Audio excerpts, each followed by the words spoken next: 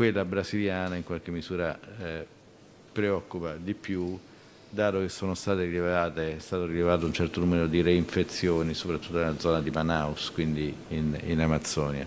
La brasiliana è quella che preoccupa di più, ma è la variante inglese la più diffusa e sorvegliata da Stato e regioni. Dalla sua evoluzione dipenderà un possibile innalzamento delle misure, leggi, nuove restrizioni che per il Veneto potrebbero equivalere a un'ulteriore permanenza in arancione. Se questo possa determinare un innalzamento del livello di guardia e delle misure che devono essere prese, diciamo, questo sicuramente è un argomento che stiamo prendendo in considerazione. A fare ordine sulla variante inglese è lo stesso Fabrizio Pregliasco, all'indomani delle dichiarazioni del premier britannico Johnson sulla maggiore mortalità. Altra cosa, sottolinea il virologo, dalla letalità. La letalità è la percentuale di persone che vengono a morire in seguito all'infezione. La mortalità è l'effetto che si sta vedendo perché essendoci più casi anche nella popolazione adulta, perché presumibilmente si è diffusa nella popolazione più giovane, l'effetto più triste appunto